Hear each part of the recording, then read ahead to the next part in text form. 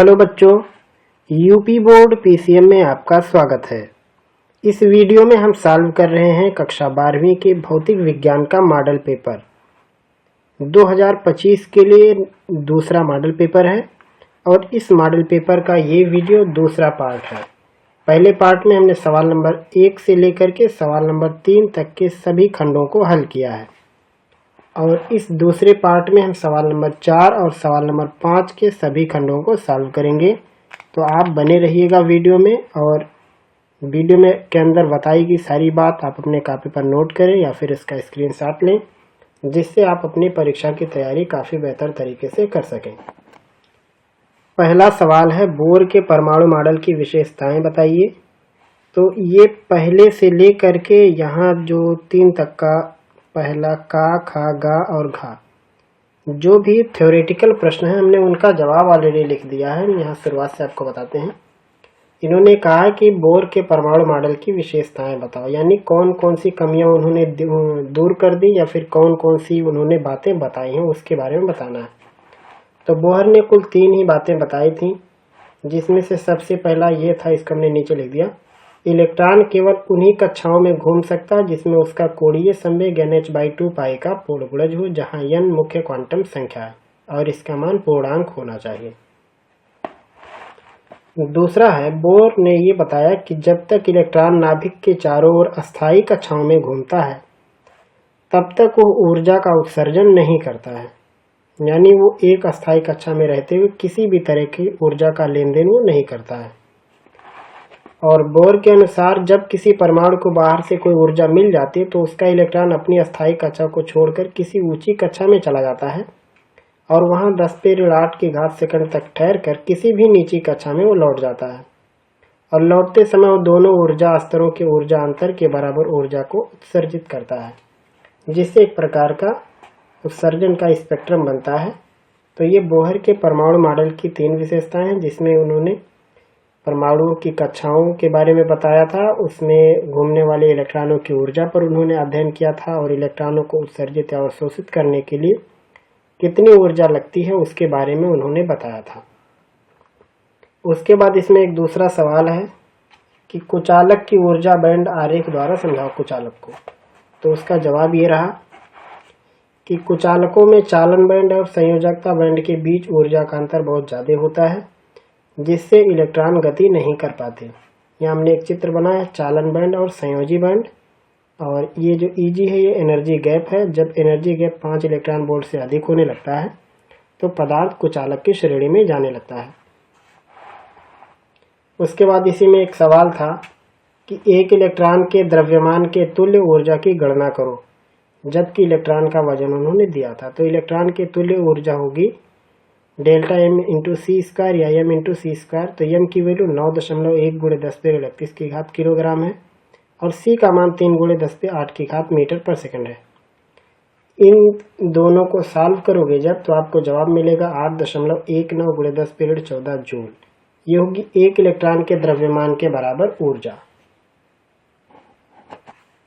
और इसमें जो अगला सवाल है वो है चौथा खंड, ग्राफ खींचकर यह दर्शाओ कि किसी दिए गए प्रकाश से ग्राही पृष्ठ के लिए आपतित विकिरणों की आवृत्ति में परिवर्तन होने पर निरोधी विभव किस प्रकार परिवर्तित होता है। तो यहाँ पे हमने चित्र बना दिया है।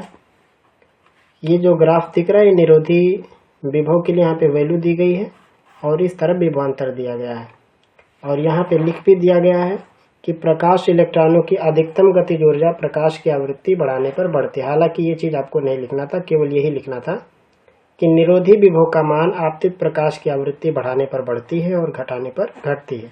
यहाँ पे हमने चित्र में बनाया कि यहाँ पे अगर ν1 की वैल्यू छोटी है तो उसका निरोधी विभव V0 भी छोटा है, और अगर ν2 की वैल्यू बड़ी है जो आवृत्ति है तो उसके लिए निरोधी विभव V0 ये भी बड़ा है।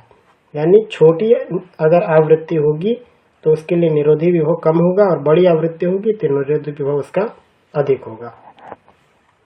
उसके बाद इसी में एक सवाल है, वो सवाल यहाँ पे है कि एक समांतर प्लेट संधारित्र आवेश दिया है, उस पर Q बराबर Q0 cos 2 पाई VT के अनुरूप परिवर्तित होता है। प्लेट बहुत बड़ी है, एक दूसरे के करीब है, तो सिरों पर प्रभाव नगण्य मानते हुए संधारित्र में विस्थापन धारा बताना है। यह है सवाल नंबर 4 का 5वां खंड, जिसमें Q की वैल्यू इन्होंने दिया है Q0 cos 2 VT। तो हमें I निकालना है। I का सूत्र होता है dQ/dt, यानी हमें आवेश का समय के सापेक्ष अवकलन करना होगा। Q0 cos 2 VT। Q0 constant है। cos का जो अवकलन होता है वो माइनस में होता है, तो ये हो जाएगा माइनस में sin 2 VT। और रिटर्न अवकलन करना पड़ेगा हमें 2 VT, जिसमें से 2 और v कांस्टेंट है, समय बदल रहा है, तो इसका जवाब आएगा 2 v, यानी ये होगा माइनस में 2 v Q0 sin 2 VT। ये धारा का मान होगा और यही इसका जवाब भी रहेगा। और उसके बाद इसमें अगला सवाल है 5वें का पहला खंड। एक समान रूप से आवेशित 1 मीटर त्रिज्या वाले गोलीय चालक पर पृष्ठ आवेश घनत्व है 80 माइक्रोकूलाम पर मीटर। और उसके बाद इसमें कहा चालक से निकलने वाले कुल विद्युत फ्लक्स का मान ज्ञात करो। ये जो यहाँ पे लिखा माइक्रोकूलाम पर मीटर, ये रहेगा पर मीटर स्क्वायर यहाँ पे। तो इसमें इन्होंने कहा फ्लक्स निकालो। ये सवाल है, सवाल नंबर 5 और उसका पहला खंड। इसमें एक आवेशित गोला है जिसकी त्रिज्या दी गई है 1 मीटर और आवेश घनत्व सिग्मा की वैल्यू है 80 माइक्रोकूलाम पर मीटर स्क्वायर। तो सबसे पहले माइक्रो को कूलाम में बदलेंगे जब, तो ऋण 6 के इसमें के साथ गुणा होगा और अब ये हो गया कूलाम मीटर स्क्वायर। सिग्मा का मतलब होता है कुल चार्ज बटे कुल एरिया, यानी Q बटे A बराबर हो जाएगा 80 × 10⁻6। तो Q का मान होगा 80 × 10⁻6 गुणे एरिया, और एरिया गोले का होता है 4πr²। तो 8 × 10⁻6 गुणे 4πr का मान 1 है, तो 1 का वर्ग, यानी ये होगा केवल 80 × 10⁻6 गुणे 4π।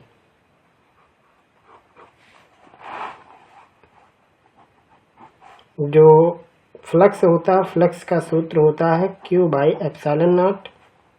तो Q की वैल्यू है यहाँ पे 80 × 10⁻6 की घात गुणे 4π, और यहाँ पे है ε0। चाहे तो यहाँ पे ε0 की वैल्यू लिखो, या फिर 1/4πε0 का मान होता है, यहाँ पे हम दिखा देते हैं, उस तरीके से भी निकाल सकते हो। 1/4πε0 इसकी वैल्यू होती है 9 × 10⁻9। तो यहाँ से 1/ε0 का मान होगा 9 × 10⁻9 गुणे 4π। तो चाहो तो इसको 1/ε0 लिखो, या फिर आप इसका मान 8.85 × 10⁻12 भी रख सकते हो। पाई का मान 3.14 रख के इसको सॉल्व कर दो कि जो भी आएगा वो उसका उत्तर बन जाएगा। अगला सवाल यहाँ पे देखते हैं, 5वें का दूसरा खंड है ये। संधारित्र की धारिता से आप क्या समझते हैं, और समांतर प्लेट संधारित्र की धारिता का सूत्र लिखिए। धारिता पर प्लेटों के क्षेत्रफल का क्या प्रभाव पड़ता है। ये है 5वें का दूसरा खंड। कहा है यहाँ पे संधारित्र की धारिता से आप क्या समझते हैं। तो इसका एक ही जवाब है कि संधारित्र के द्वारा उस पर आवेश संचय करने की क्षमता ही संधारित्र की धारिता कहलाती है। यानी कोई संधारित्र कितना आवेश अपने ऊपर संचय कर सकता है, वो उसकी धारिता या उसकी क्षमता कहलाती है। और इसकी वैल्यू होती है Q/V के बराबर।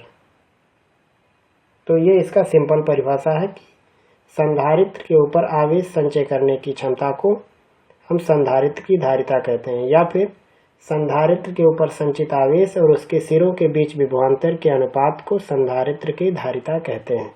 ये इसका जवाब होगा। फिर है इसमें समांतर प्लेट संधारित्र की धारिता का सूत्र लिखो। तो समांतर प्लेट संधारित्र की धारिता का सूत्र होता है ε0 A/d। ये निर्वात के लिए है, और अगर इसके अंदर कोई परावैद्युत पदार्थ है तो बीच में K रहेगा यहाँ पे। ये इसका सूत्र हो गया। फिर कहा है धारिता पर प्लेटों के क्षेत्रफल का क्या प्रभाव पड़ता है। तो जो धारिता होती है वो प्लेटों के क्षेत्रफल के अनुक्रमानुपाती होती है, यानी प्लेटों का क्षेत्रफल जितना अधिक रखते जाएंगे समांतर प्लेट संधारित्र की धारिता उतनी बढ़ती जाएगी। और अगर इसमें पूछता दूरी का क्या योगदान है तो लिखेंगे समांतर प्लेट संधारित्र के बीच की दूरी, यानी प्लेटों के बीच की दूरी जितनी कम करते जाएंगे धारिता उतनी बढ़ती जाएगी। तो ये हो गया सवाल नंबर 5 का दूसरा खंड, जिसमें इन्होंने पूछा था संधारित्र की परिभाषा, फिर सूत्र और धारिता पर ये क्षेत्रफल का प्रभाव पूछा था। उसके बाद इसमें एक अगला सवाल है, सवाल नंबर 5 का तीसरा खंड है कि एक तार में मुक्त इलेक्ट्रॉनों की संख्या है 2 × 10⁻28 प्रति घन मीटर। तार में इलेक्ट्रॉनों का अनुगमन वेग है 1 सेंटीमीटर प्रति सेकंड। तार में धारा घनत्व का गणना करो। ये है 5वें का तीसरा सवाल। मुक्त इलेक्ट्रॉनों की संख्या n का मान दिया है 2 × 10⁻28 प्रति घन मीटर, ये इन्होंने दिया है। और इसमें इन्होंने अनुगमन वेग दिया है 1 सेंटीमीटर पर सेकंड। तो सूत्र में होना चाहिए 1 मीटर पर सेकंड होना चाहिए। तो 1 सेंटीमीटर में 10⁻2 होता है मीटर प्रति सेकंड इन्होंने दिया हुआ। अब कहा धारा घनत्व, तो उसको J से लिखते हैं, ये निकालना है। सूत्र होता I/A। I का सूत्र होता है NeAVD बटे में A से A कट जाएगा तो हो जाएगा ये NeVD। सारी वैल्यू रख देना है। n का मान 2 × 10⁻28, E का मान 1.6 VD का मान 10⁻2 गुणा कर दो तो 16 दूनी 32, 3.2 19 2 21, 28 में से 21 घटाएंगे तो आएगा 7, और ये होगा एम्पियर बटे मीटर स्क्वायर, एम्पियर प्रति मीटर स्क्वायर। ये इसका जवाब बन जाएगा। और उसके बाद इसमें अगला सवाल है व्हीटस्टोन सेतु का सिद्धांत लिखिए। और उसके बाद इसमें अगला है कि इसका संतुलन प्रतिबंध बताओ। फिर अगला ये है कि ये सबसे अधिक सुग्राही कब होती है। इसमें भी 3 खंड इन्होंने कहा है। ये है सवाल नंबर 5 का चौथा खंड, व्हीटस्टोन सेतु का सिद्धांत, इसके बारे में इन्होंने पूछा है। तो इसमें इन्होंने 3 खंड कहा है। पहला कहा है व्हीटस्टोन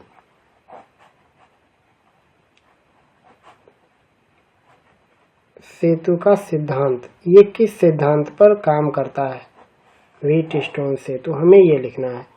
तो व्हीटस्टोन जो सेतु होता है ये किरचॉफ के बंद पास के नियम पर काम करता है। बंद पास के नियम या सिद्धांत पर काम करता है। इसका नियम ये होता है कि किसी भी बंद पास का कुल विभवांतर 0 होता है। किसी भी बंद पास का कुल विभवांतर 0 होता है, ये बात आपको ध्यान रखनी है। तो इसी सिद्धांत पर ये काम करता है व्हीटस्टोन सेतु। फिर उसके बाद कहा संतुलन की अवस्था में प्रतिबंध बताओ। तो हम यहाँ पे चित्र बना देते हैं। ये है व्हीटस्टोन ब्रिज।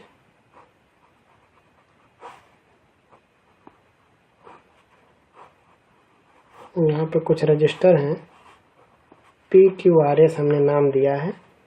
और यहाँ पे मान लो ये एक रजिस्टर है T, या फिर यहाँ पे आप एक गैल्वेनोमीटर भी लगा सकते हो जिससे पता चले कि करंट आ रहा है कि नहीं। तो संतुलन का जो प्रतिबंध है, अगर व्हीटस्टोन सेतु संतुलित है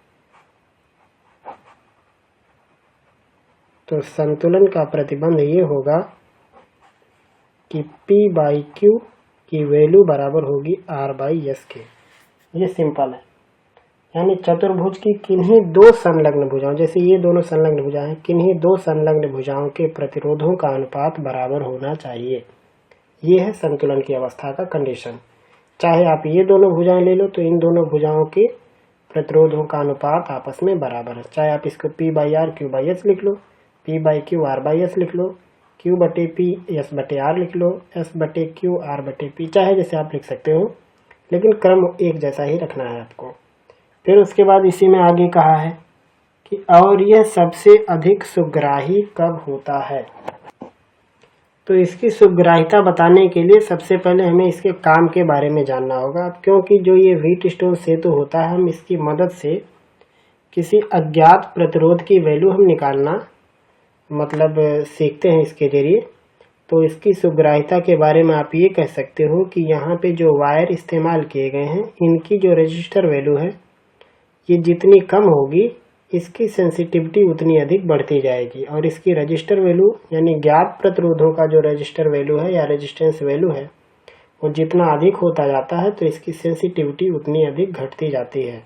या फिर आप यहाँ पे भी देख सकते हो, जो आपने गैल्वेनोमीटर लगाया है, इस गैल्वेनोमीटर का जो शंट प्रतिरोध होता है उस पर भी इसकी सुग्राह्यता निर्भर करती है।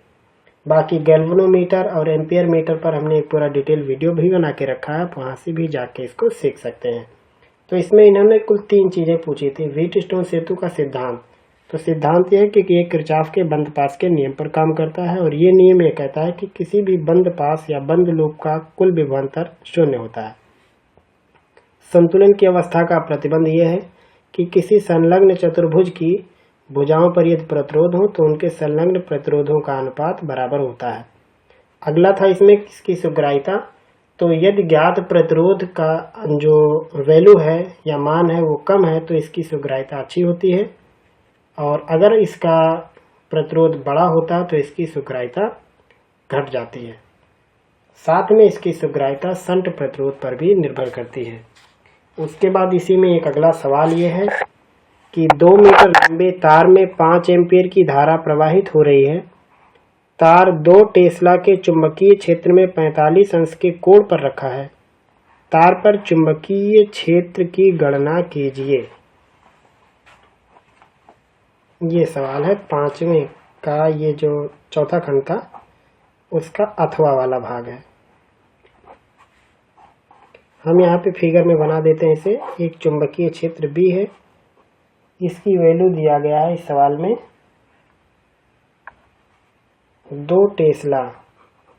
इसमें एक वायर रखा है और इस वायर में जो करंट बह रहा है वो है 5 एम्पियर, और वायर की जो लंबाई L है वो है 2 मीटर। तो इतनी सारी वैल्यू इन्होंने दिया, साथ में एंगल थीटा का मान दिया 45 अंश। तो L का मान है 2 मीटर, I का मान दिया 5 एम्पियर, B का मान 2 टेस्ला और थीटा का मान है 45 अंश।